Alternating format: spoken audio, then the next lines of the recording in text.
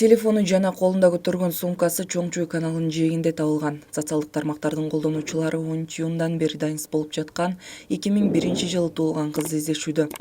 Алардын маалыматында 2001-жылы туулган Миргүл Мединова бүгүн эртең менен байланышка чыккан бойдон дайынсыз болуп жатат. Анын телефону жана колунда көтөргөн сумкасы БЧК менен Элебесова көчөсүнүн кесилишинде суу жээкте табылган. Куткаруучулар кабар жеткен, алар саат 14:00 келип, саат 19:00 чейин издешип, андан кийин жумуш убактысы бүттү деп кетип калышыптыр. Албетте, тирүү табылып калат деген үмүт чоң. Ошондуктан мүмкүн болушунча тиешелүү адамдарды, тармактарды белгилеп бөлүшүп коюңуздарчы.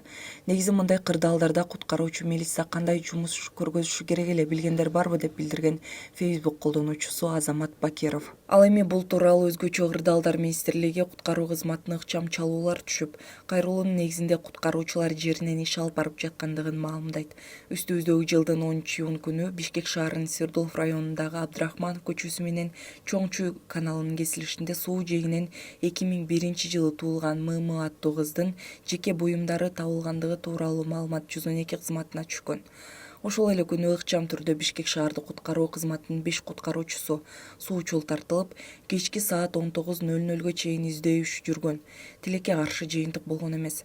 Бүгүн 11-июнь күнү аталган жаранды издөөгө 5 куткаруучу чыкты. Кошумча маалымат берилет деп ÖKM пресс борбору билдирди.